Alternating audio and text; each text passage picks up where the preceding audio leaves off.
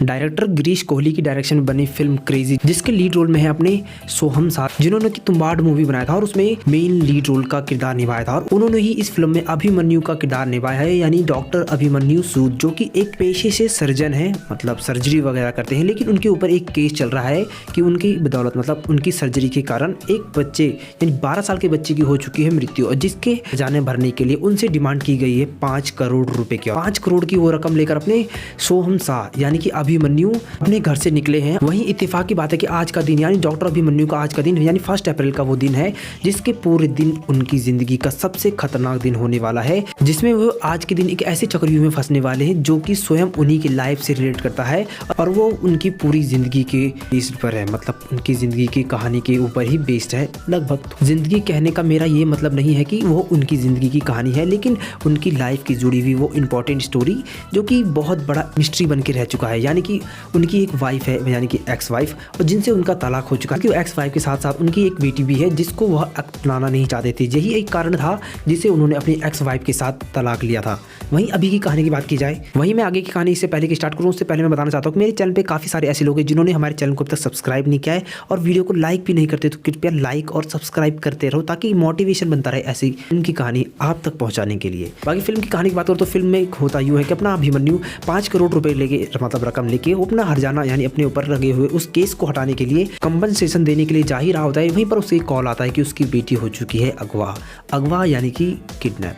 और किडनैपर ने डिमांड की है 5 करोड़ रुपए की। वही 5 करोड़ रुपए जो उसके पास है, लेकिन वहीं हो जाती है उसके साथ जिंदगी की सबसे बड़ी घटना। अब उसके पास 5 करोड़ रुपए हैं तो लेकिन वह उसे देना नहीं चाहता, जिसके लिए वो अपनी एक्स वाइफ को कॉल करता है और पूछता है अपनी बेटी के बारे में। जब उसकी एक्स वाइफ को इसके बारे में पता चलता है कि उसकी बेटी अब किडनैप हो चुकी है और उससे 5 करोड़ की डिमांड की गई है, तो वह 5 करोड़ अपनी वाइफ से लाने के लिए बोलता है। लेकिन उसकी वाइफ कर नहीं पाती और वो अपने पति पर, मतलब अपने एक्स पति अभिमन्यु के ऊपर ये सारी कहानी छोड़ देती है कि वही अब देखिएगा जो भी होगा। जहाँ फिल्म की बात करो तो फिल्म में तुम्हें सिर्फ 2 ही कैरेक्टर देखने को मिलेंगे, जिसमें कि एक अपना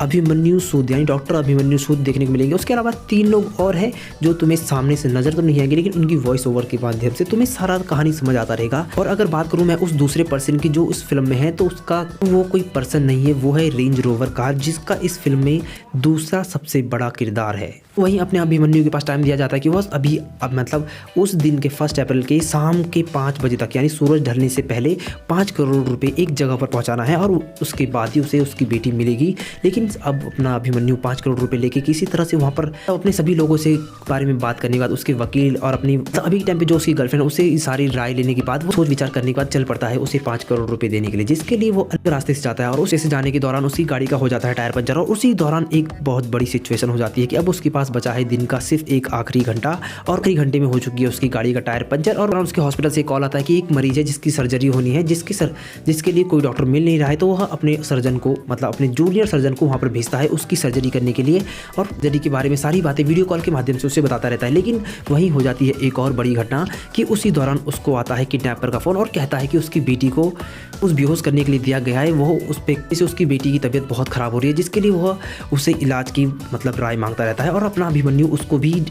इलाज बताता रहता है, और साथ ही साथ अपने सर्जन, जूनियर सर्जन को भी सारी की सारी बातें बताता रहता है करनी है। लेकिन उसी सर्जरी के दौरान तुम्हें इस थिएटर में एक बहुत बड़ा सीन देखने को मिलेगा कि तुम्हें वह सर्जरी करते हुए लाइव दिखाया जाएगा। वो काफ़ी ज़्यादा खतरनाक होगा, जिसमें अंत में उसका सर्जरी है सक्सेसफुल होता भी है, और साथ ही साथ उसकी गाड़ी का टायर भी चेंज हो जाता है, और उसकी बेटी की वह तबीयत भी थोड़ी बहुत काफ़ी हद तक ठीक हो जाती है। वहीं उसको आखिरी वार्निंग दी जाती है कि अब उसके पास सिर्फ कुछ ही टाइम बचा है, जल्द से जल्द वह पैसा को उस जगह पे डाले और वहाँ से निकले और अपनी बेटी को ले जाए। और उनकी कहानी कुछ इतनी ही है, और इसी में सारी कहानी घूमती रहती है अपने अभिमन्यु और उसके रेंज रोवर कार और इन 3 कैरेक्टर के बीच, यानी जो कि उसकी किडनैपर, उसकी वाइफ और उसकी गर्लफ्रेंड के बीच की सारी कहानी है, और तुम्हें इसी चीज़ को सुनाया जाता है। लेकिन अंत की बात करूँ तो इसका अंत काफ़ी ज़्यादा यूनिक और काफ़ी ज़्यादा अलग देखने को मिलेगा, जो कि तुमने सोचा भी नहीं होगा। अगर बात करूँ इसके अंत के बारे में, तो इसके अंत में जो यह सारी प्लानिंग होती है किडनैपिंग के बारे में, तो यह कोई किडनैपिंग होती नहीं है, मतलब ये कोई रियल घटना नहीं है जो अभिमन्यु के साथ हो रही है। सब एक प्लान था कि उसी की बेटी ने किया था सारा का सारा प्लान, और जिस तरह से वो 5 करोड़ की डिमांड की गई थी वो काफ़ी ज़्यादा खतरनाक और यूनिक था। उसकी बेटी ने यह प्लान क्यों किया था? क्योंकि उसकी बेटी को डाउन सिंड्रोम नाम की कोई बीमारी थी,